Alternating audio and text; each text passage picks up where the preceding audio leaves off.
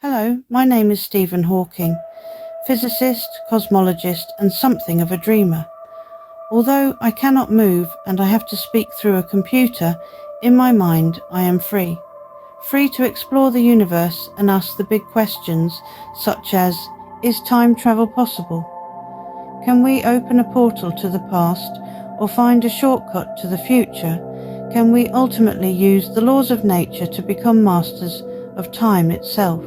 Time travel was once considered scientific heresy.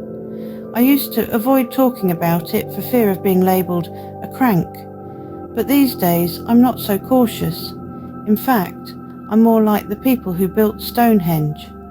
I'm obsessed by time. If I had a time machine, I'd visit Marilyn Monroe in her prime or drop in on Galileo as he turned his telescope to the heavens.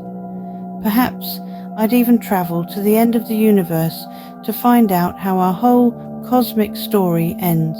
To see how this might be possible, we need to look at time as physicists do, at the fourth dimension. It's not as hard as it sounds.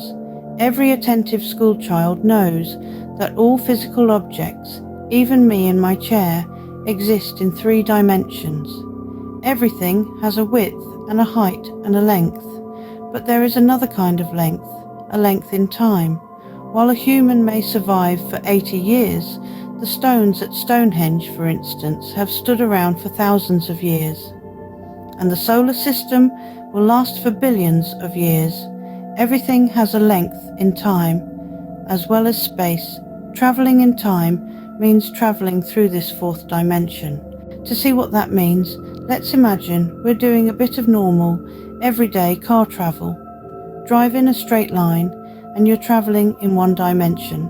Turn right or left and you add the 2nd dimension. Drive up or down a twisty mountain road and that adds height, so that's travelling in all 3 dimensions. But how on earth do we travel in time? How do we find a path through the 4th dimension?